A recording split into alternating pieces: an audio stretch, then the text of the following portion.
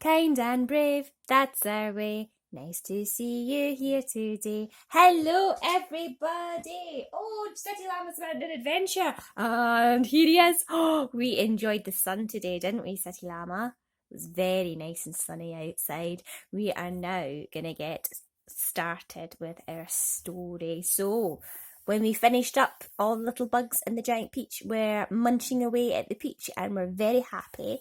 So let's see what's going to happen next. Chapter 19. Look, cried the centipede just as they were finishing their meal. Look at the funny thin black thing gliding through the water out there. They all swung round to look. There are 2 of them, said Miss Spider. There are lots of them, said the ladybird. What are they? asked the earthworm, getting worried. They must be some kind of fish, said the old green grasshopper. Perhaps they have come along to say hello. They are sharks, cried the earthworm. I'll bet you anything they like that they are sharks and they have come along to eat us up. What absolute rot, the centipede said. But his voice seemed suddenly to have become a little shaky, and he wasn't laughing. I am positive they're sharks, said the earthworm. I just know that they're sharks. And so, in actual fact, did everybody else, but they were too frightened to admit it. There was a short silence. They all peered down anxiously at the sharks who were cruising around slowly. Just assuming that there are sharks, the centipede said, there still can't possibly be any danger if we stay up here.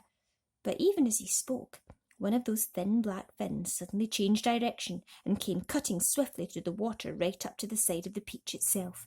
The shark paused and stared up at the company with small, evil eyes. Go away, they shouted. Go away, you filthy beast! Slowly, almost lazily, the shark opened his mouth, which was big enough to have swallowed a perambulator, which actually means a pram, didn't know that, and made a lunge at the peach. They all watched aghast. And now, as though at a signal from the leader, all the other sharks came swimming in towards the peach, and they clustered around it and began to attack it furiously.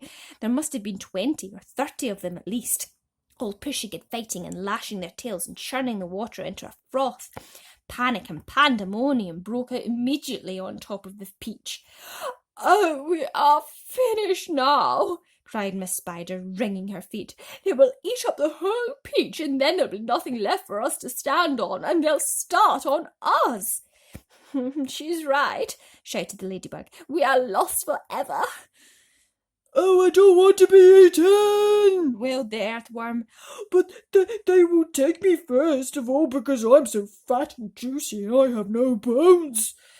Is there nothing we can do? asked the ladybird, appealing to James. Surely you can think of a way out of this. Suddenly they were all looking at James. Think, begged Miss Spider. Think, James, think. Come on, said the centipede. Come on, James, there must be something we can do. Their eyes waited upon him, tense, anxious, pathetically hopeful. Chapter 20. There is something that I believe we might try, James Henry Trotter said slowly. I'm not saying it'll work. Tell us, cried the earthworm. Tell us quick. We'll try anything you say, said the centipede. But hurry, hurry, hurry. Be quiet and let the boy speak, said the ladybird. Go on, James. They all moved a little closer to him. There was a longish pause. Go on, they cried frantically. Go on! And all the time, while they were waiting, they could hear the sharks thrashing around in the water below them. It was enough to make anyone frantic. Come on, James, the ladybird said, coaxing him. I'm afraid it's no good after all, James murmured, shaking his head. I'm terribly sorry. I forgot. We don't have any string. We'd need hundreds of yards of string to make this work. What sort of string? asked the old green grasshopper sharply. Oh, any sort, just so long as it's strong. Oh, but my dear boy, that's exactly what we do have. We've got all you want. How? Where? "That silkworm!" cried the old green grasshopper. "Didn't you ever notice the silkworm? She's still downstairs. She never moves. She just lies there sleeping all day long, but we can easily wake her up and make her spin." "And what about me, may I ask?" said Miss Spider.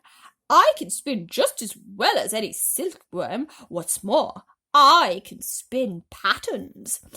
"Can you make enough between you?" asked James. "As much as you want, and quickly, of course, of course. And would it be strong? The strongest there is. It's as thick as your finger. But why? What are you going to do?" "I'm going to lift this peach clear out of the water," James announced firmly. "You're mad!" cried the earthworm. "It's our only chance." "The boy's crazy." "He's joking." "Go on, James," the ladybird said gently. "How are you going to do it?" "Skyhooks, I suppose," jeered the centipede. "Seagulls," James answered calmly. "The place is full of them. Look up there." They all looked up and saw a great mass of seagulls wheeling round and round in the sky. "I'm going to take a long silk string," James went on, "and I'm going to loop one end of it round a seagull's neck, and then I'm going to tie the other end to the stem of the peach." He pointed to the peach stem, which was standing up like a short, thick mass in the middle of the deck. "Then I'm going to get another seagull and do the same thing again. Then another and another." "Ridiculous!" they shouted. "Absurd! Poppycock! Balderdash! "Madness!" And the old green grasshopper said, "How can a few seagulls lift an enormous thing like this up into the air, and all of us as well? It would take hundreds, thousands." "There is no shortage of seagulls," James answered. "Look for yourself. We'll probably need 400, 500, 600, maybe even 1,000. I don't know. I shall simply go on hooking them up to the stem until we have enough to lift us. They'll be bound to lift us in the end. It's like balloons. You give someone enough balloons to hold, and I mean really enough, then he goes up. And a seagull has far more lifting power than a balloon. If only we have the time to do it. If only we are not sunk first by those awful sharks." "You're absolutely off your head," said the earthworm. How on earth do you propose to get a loop of string around a seagull's neck? I suppose you're going to fly up there yourself and catch it." "The boy's dotty," said the centipede. "Let him finish," said the ladybird. "Go on, James. How would you do it?"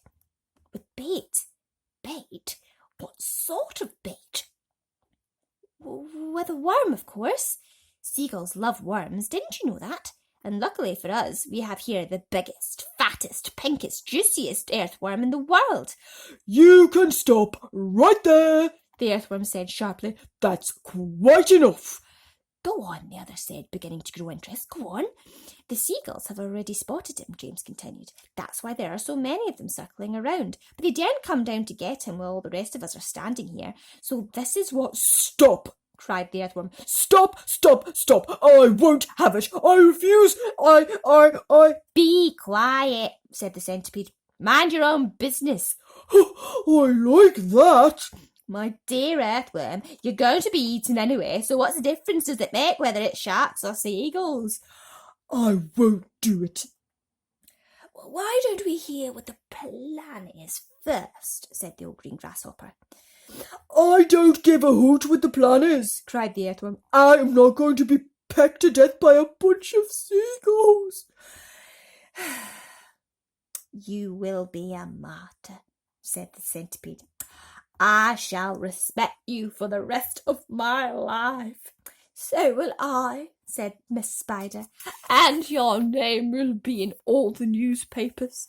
Earthworm gives life to save friends." "But he won't have to give his life," James told them. "Now listen to me. This is what we'll do." Chapter 21. "Why, it's absolutely brilliant!" cried the green grasshopper when James had explained his plan. "The boy's a genius," the centipede announced. "Now I can keep my boots on after all." "Oh, I shall be pecked to death," wailed the poor earthworm. "Of course you would." "I will. I know I will. And I won't even be able to see them coming at me because I have no eyes." James went over and put an arm gently round the earthworm's shoulders. I won't let them touch you, he said. I promise I won't. But we've got to hurry. Look down there. There were more sharks than ever now around the peach. The water was boiling with them. There must have been 90 or 100 at least, and to the travellers up top it certainly seemed as though the peach was sinking lower and lower into the water. Action stations, James shouted. Jump to it. There's not a moment to lose. He was the captain now, and everyone knew it. They would do whatever he told them. All hands below deck, except Earthworm, he ordered. Yes, yes, they all said eagerly as he scuttled into the tunnel entrance. Come on, let's hurry. And you, Centipede, James shouted. Hop downstairs and get that silkworm to spin at once. Tell her to spin as she's never spun before. Our lives depend on it. And the same applies to you, Miss Spider. Hurry on down. Start spinning. Oh, I wonder what's going to happen next. I wonder if they're going to get out of it. What do you think, City Llama? Oh, don't know. We'll have to go and have a wee look tomorrow, won't we? Right, well, everybody, I hope you have lovely, sweet dreams. So until tomorrow night, kind and brave, that's our way. See you all another day. Good night, everybody.